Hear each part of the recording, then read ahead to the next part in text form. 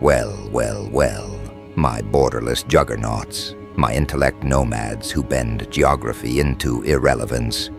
You are not citizens of a country anymore.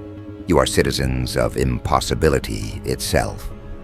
The planet stares, wide-eyed and trembling, because what you've done is not just unusual. It is unclassifiable. Their categories collapse under your shadow. Their maps turn pale when you move. And the strangest part? Even Interpol, the global net that prides itself on catching the most elusive minds, whispers warnings with your name attached. They didn't draft that warning for just anyone. They drafted it because you crossed into the forbidden territory of genius, where borders mean nothing, and they finally had to admit it. You forced the entire world into the role of spectator. You didn't apply for their attention, you commanded it. And now, every seat in the theater of existence is filled. The spotlight is locked on you.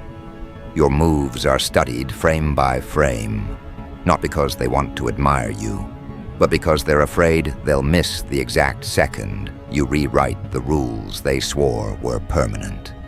That's the chaos you carry. The possibility that everything they thought they understood might crumble with one of your casual gestures. Imagine the terror in that. Imagine the tremor in their hands when they realize they are playing catch-up to a mind that doesn't even care about their so-called limits. Understand this: when you stepped across into the impossible, you created an earthquake in their hierarchy. Authorities thrive on categories, files, and predictable patterns. They pride themselves on dossiers, intelligence grids, and endless classification. But you ripped through those like a blade through paper. How do they categorize a phenomenon that cannot be contained? How do they file away someone who is not a suspect, not a fugitive, not a citizen, but something else entirely, something untouchable? That's why Interpol didn't just observe you. They issued a warning because when they see you, they don't see a person. They see an idea too dangerous to tolerate, too powerful to erase. And this is where the psychological warfare begins. Do you realize the fear you've weaponized just by existing outside their reach? You've become their worst nightmare, a living contradiction. Their textbooks don't cover you. Their strategies weren't designed for you. Their equations collapse under the weight of your unpredictability.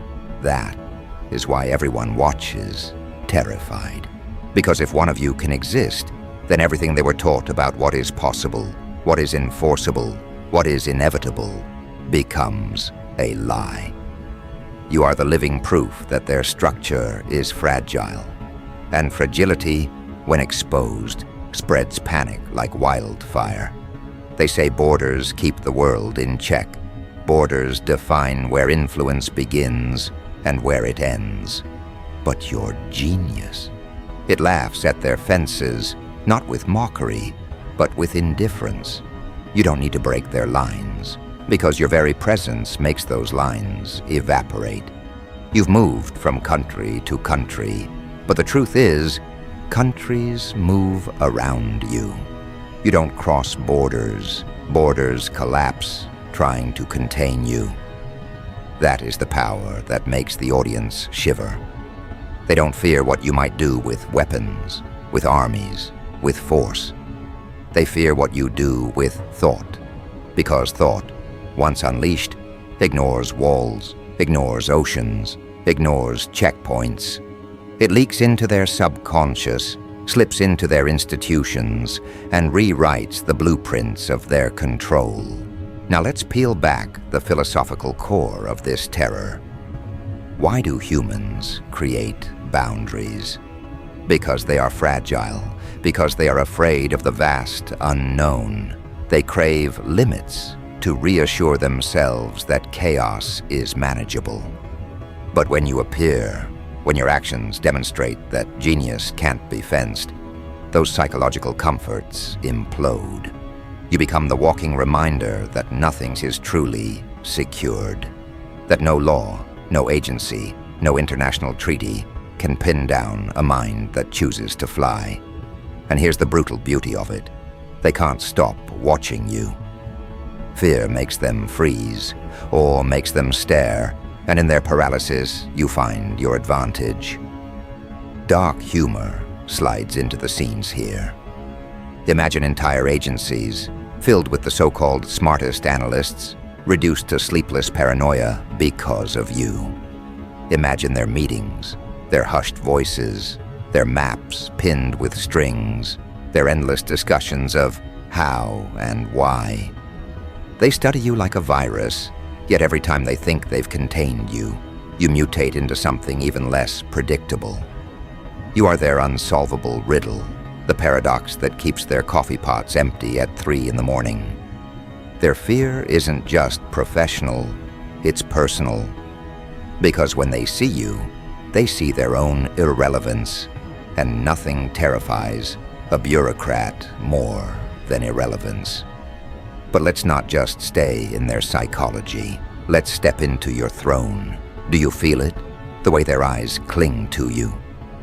It's not just observation, it's acknowledgement. Every warning they issue, every report they draft, every surveillance camera aimed your way, it's proof.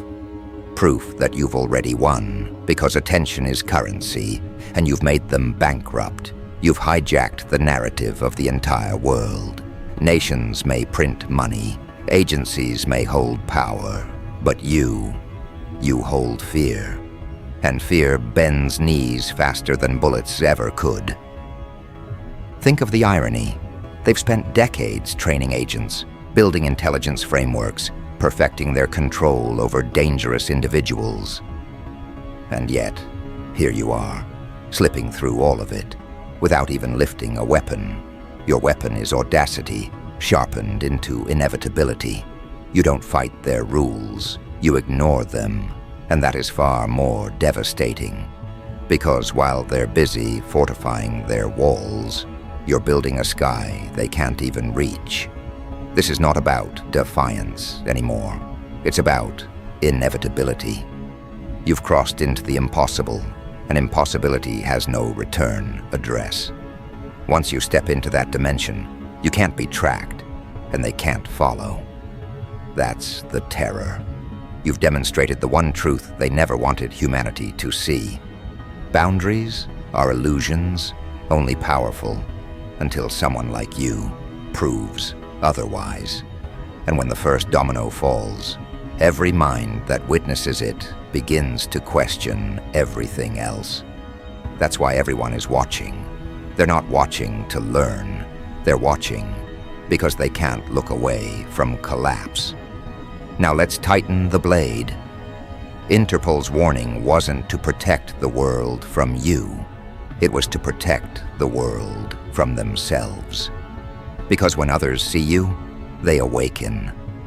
They begin to realize, if they can cross into the impossible, maybe I can too. And that is the contagion they fear the most, the spread of liberation. You're not just an individual, you're an infection of possibility, a viral reminder that no one has to stay where they're told. And once that idea spreads, no border survives. That's why agencies panic. That's why governments tremble. They know they can handle rebels. They can handle criminals. But they can't handle contagious genius. And here's where you smile, not with joy, but with that cold recognition that they built this theater, not you. They wired the cameras, they built the stage, they invited the audience, and now they're horrified that you stole the show. Every headline that mentions you, every agency that warns about you, every trembling spectator who whispers your name, it all feeds your legend. You don't need propaganda when your enemies write it for you.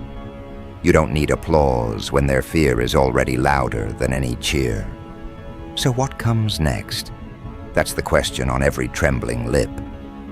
What is the next line in this script you're writing with actions they can't predict. They wait for your next move. But here's the secret. They don't realize you've already made it. Every warning they release only magnifies your shadow. Every terrified gaze only amplifies your power. You've already won, because they've surrendered the only thing they swore they'd never give up: control of the narrative. And this leads us directly to the next layer of the war. Because the battlefield has shifted, it's no longer about what you do, it's about what they say. Entire institutions are now bending themselves into pretzels, trying to explain you without exposing their own weakness. Journalists circle like vultures, but every sentence they write makes you more myth than man. Governments draft official statements, but the moment your name is included, they validate your legend. And agencies like INTERPOL.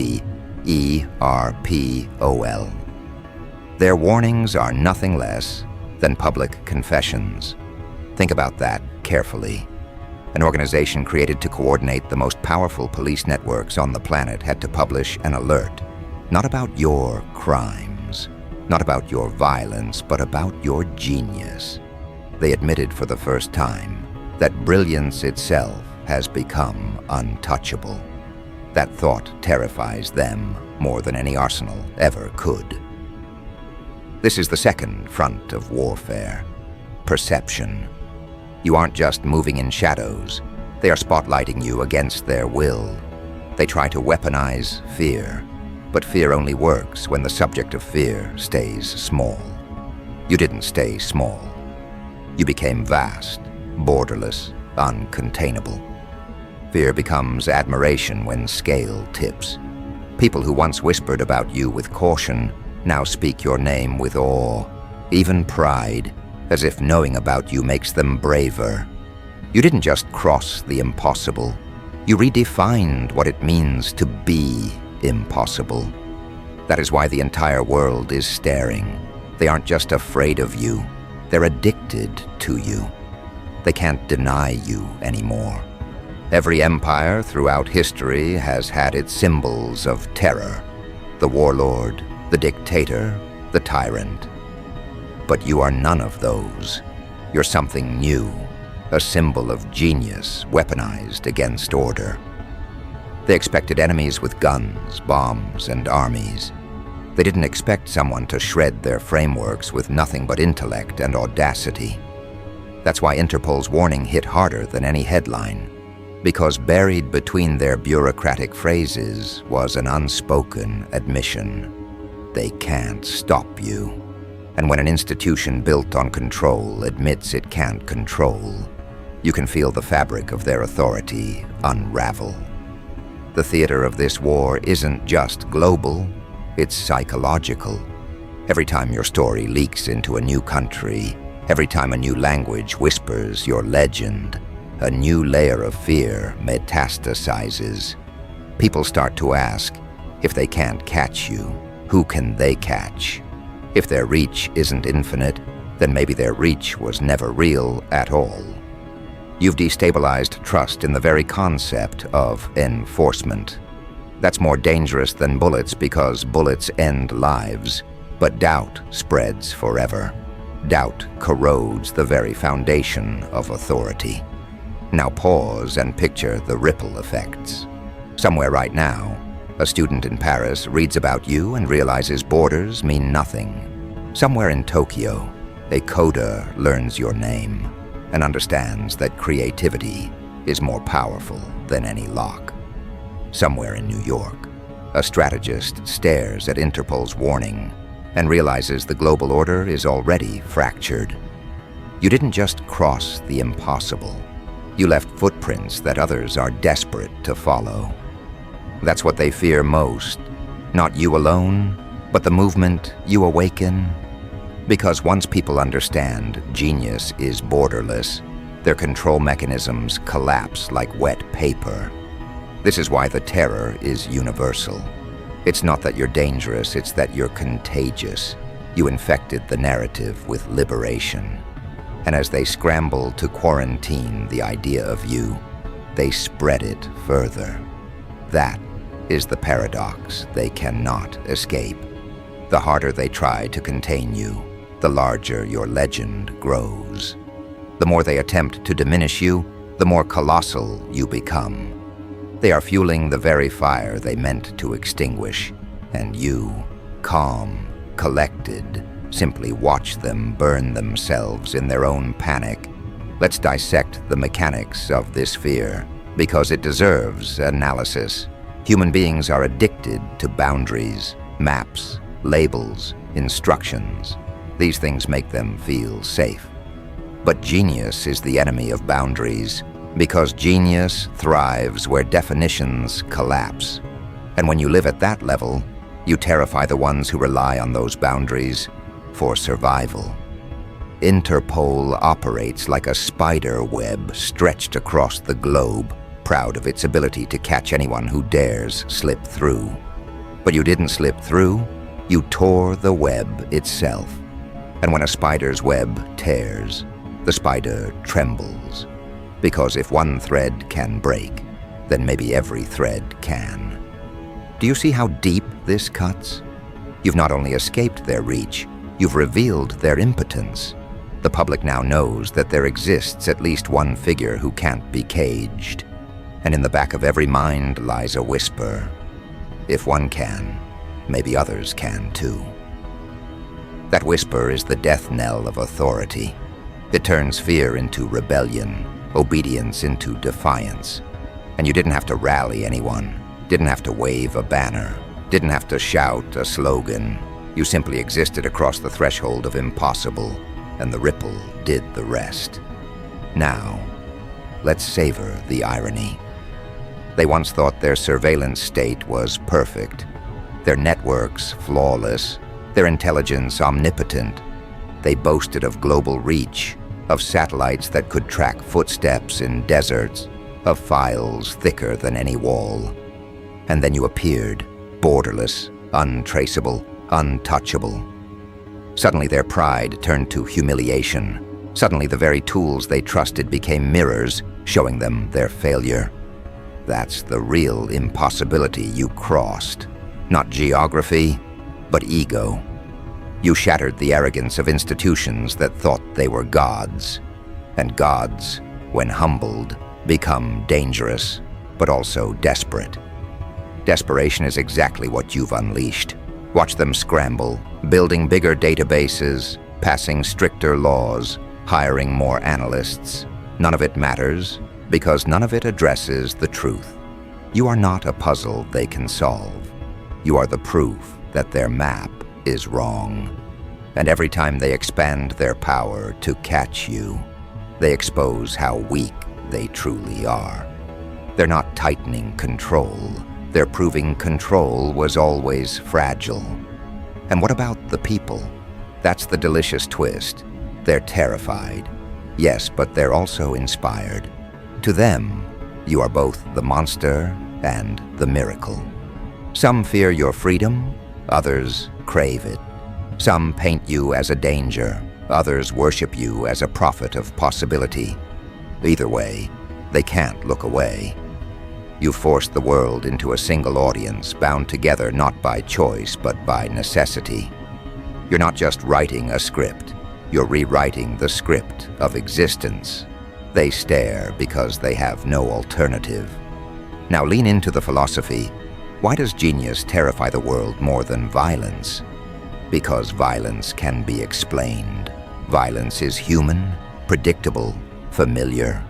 Genius, true genius, that is alien. It doesn't operate on the same logic, doesn't follow the same rules. It makes the known feel small, the secure feel shaky. Genius exposes the illusions they built their reality upon. And once those illusions crack, the world feels the abyss under its feet.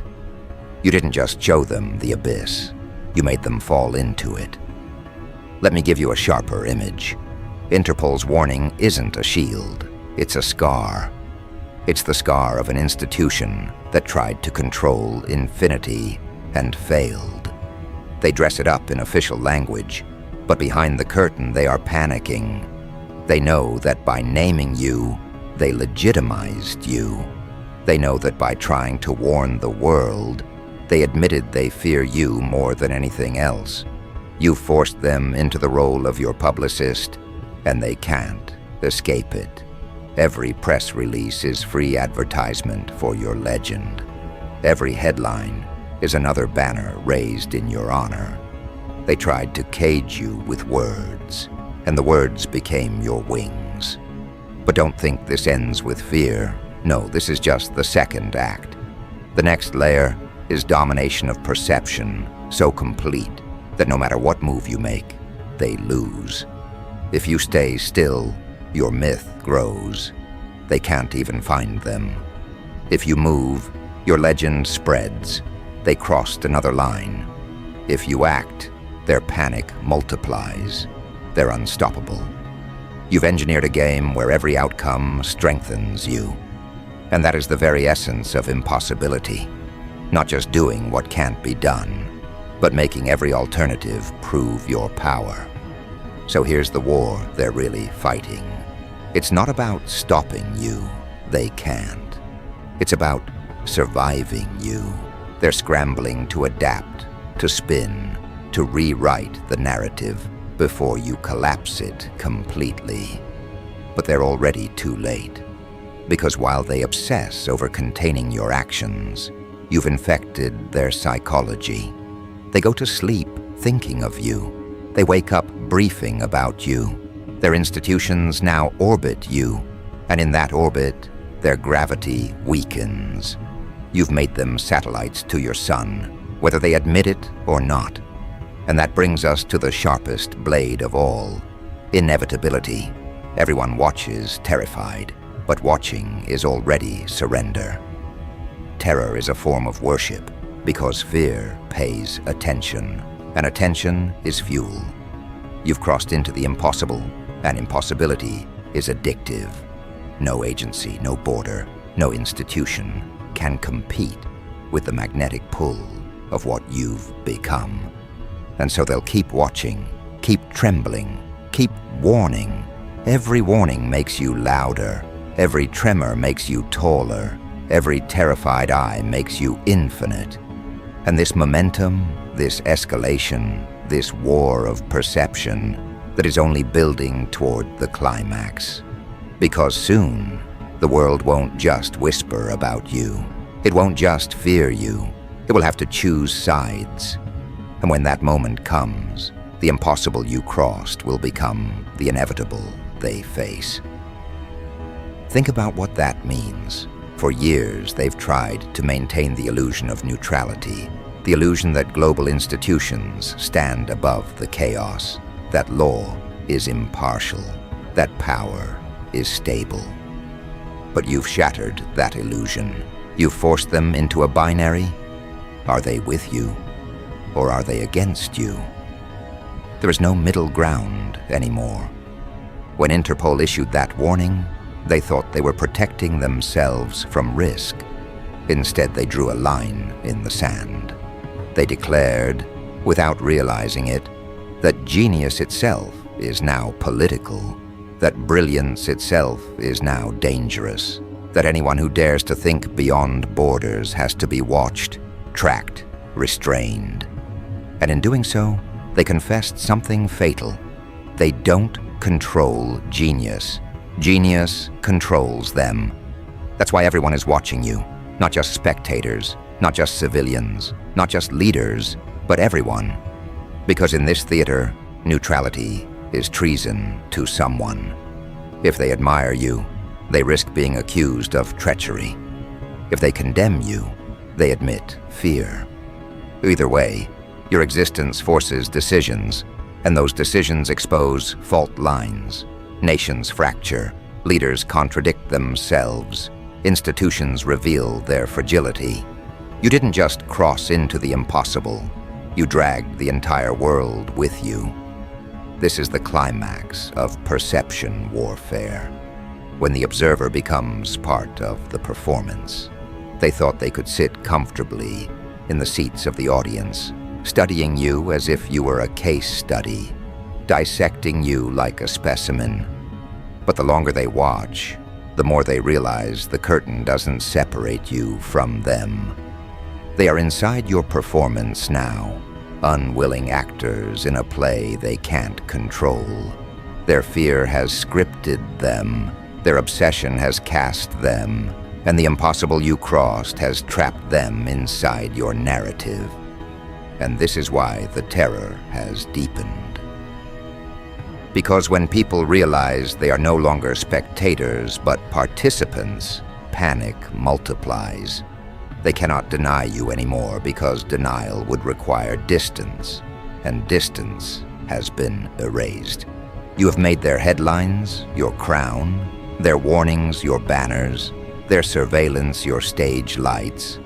They can't look away because their very act of watching keeps feeding the spectacle. And the more they try to reduce you, the more colossal you become. Now imagine the boardrooms, the government chambers, the secret war rooms where strategy is crafted. They sit around polished tables, whispering about you, calculating risks. They measure every move against the question, what if they act again? What if they appear here? What if they expand further? You've become the ghost in every equation, the X factor in every plan. Your absence terrifies them as much as your presence, because absence means unpredictability, and unpredictability is lethal to control. You are no longer an individual, you are a force woven into their nightmares, a permanent disruption to their carefully crafted order. Philosophically, this is the purest form of domination. To conquer bodies is one thing, to conquer minds is another. But to conquer perception is itself, to become the gravitational center of global awareness, that is the highest tier of power. You've achieved what no empire has ever achieved, unanimous fixation. Every empire of the past faced resistance, rebellion, denial. But you've bypassed all that. Everyone watches terrified, and in watching, they validate you. They may hate you, they may fear you, they may worship you, but they all admit you exist beyond the possible. That admission is irreversible. Interpol's warning sealed it. It wasn't just a statement, it was an admission of submission. Because when a policing giant broadcasts a warning to the entire world, what they are really saying is, we can't handle this alone. They turned your genius into a global issue, a planetary phenomenon, and in doing so, they admitted their borders mean nothing. Their net was torn, and instead of patching it in silence, they shouted to the world, "Look, this cannot be contained." And the world looked, and the world believed. But let's add a layer of dark humor here. The very people who issued that warning are the same ones who now drown in paperwork because of it. Analysts file endless reports. Leaders demand constant updates. Officers whisper your name like a curse. Their own bureaucracy became their punishment. They thought they could scare the world into vigilance, but all they did was remind the world of your brilliance. They weaponized fear, but fear pointed back at them. They broadcast caution, but caution became your advertisement.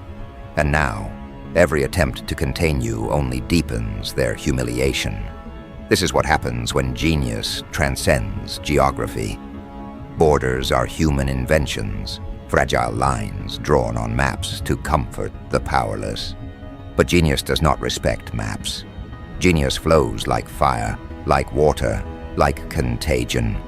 And you have become the embodiment of that borderless force. They can't label you, can't pin you, can't reduce you to a statistic. And when the world realizes that, the old myths collapse. The myth of control, the myth of safety, the myth that authority can cage what it doesn't understand. Those myths burn in the presence of your reality. And so, we arrive at the global spectacle unfolding now. Every speech, every article, every press conference, every surveillance briefing. They are all chapters in your story. They can't stop adding pages. You've become the reluctant author of their chaos. They write, but it is your legend they extend. They warn, but it is your shadow they enlarge. They fear, but it is your myth they amplify. That is why the world is transfixed. They are terrified, not only because you exist, but because they cannot stop proving you exist. Here's the most brutal truth. Impossibility, once crossed, cannot be uncrossed.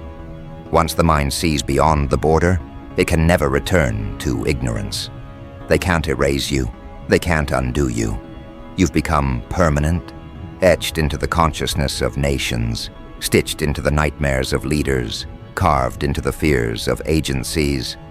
They may pretend to resist, but resistance is theater now.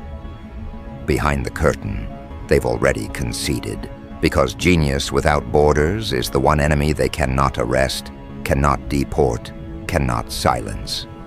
Now watch what comes next. The public, the terrified masses who once stared in awe, will soon be forced to decide. They will have to choose. Do they align with those who tremble at you? Or do they align with those who celebrate you? Fear polarizes, and polarization is your final weapon.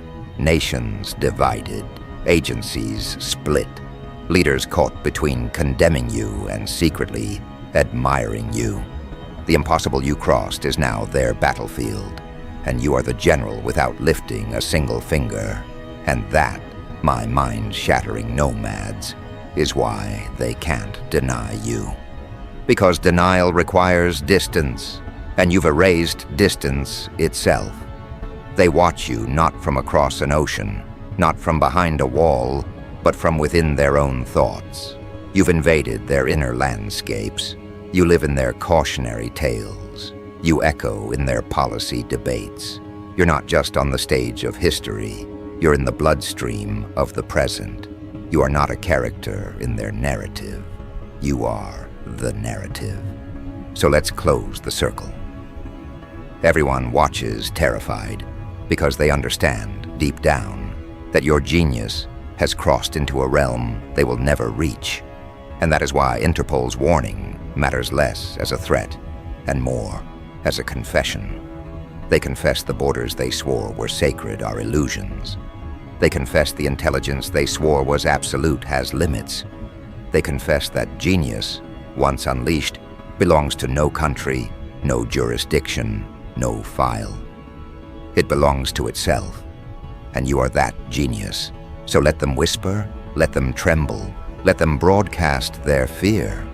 Every action they take only proves the one truth they hoped to bury. You've crossed into the impossible, and impossibility now belongs to you.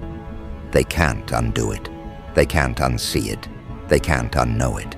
You've already become the law they never wrote, the force they never measured, the presence they can never erase. And as long as they watch, you win. And they will always watch, because fear is loyal. And the world is now your captive audience forever.